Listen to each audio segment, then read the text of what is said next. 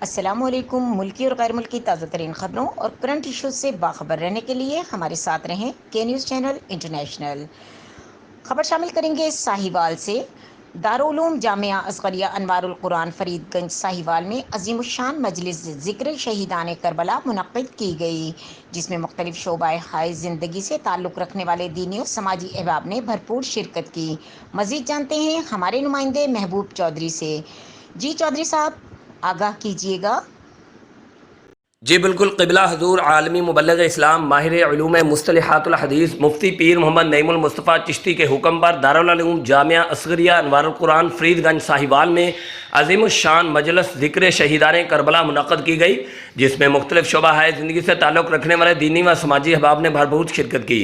مجلس کی سرپرستی علامہ صاحبزادہ پیر محمد نعمان مصطفیٰ چشتی نے کی۔ خصوصی خطاب میں حضرت علامہ صاحبزادہ مفتی پیر محمد حسان مصطفیٰ چشتی صاحب نے فرمایا کہ حسین رضی اللہ تعالیٰ عنہ نے اپنے خاندان سمیت جو آب یاری دین مصطفیٰ صلی اللہ علیہ وسلم کی اپنا خون دے کر کی ہے، اس کے بعد اب قیامت تک کے لیے دین مصطفیٰ صلی اللہ علیہ وسلم کو جلا بخش دی ہے۔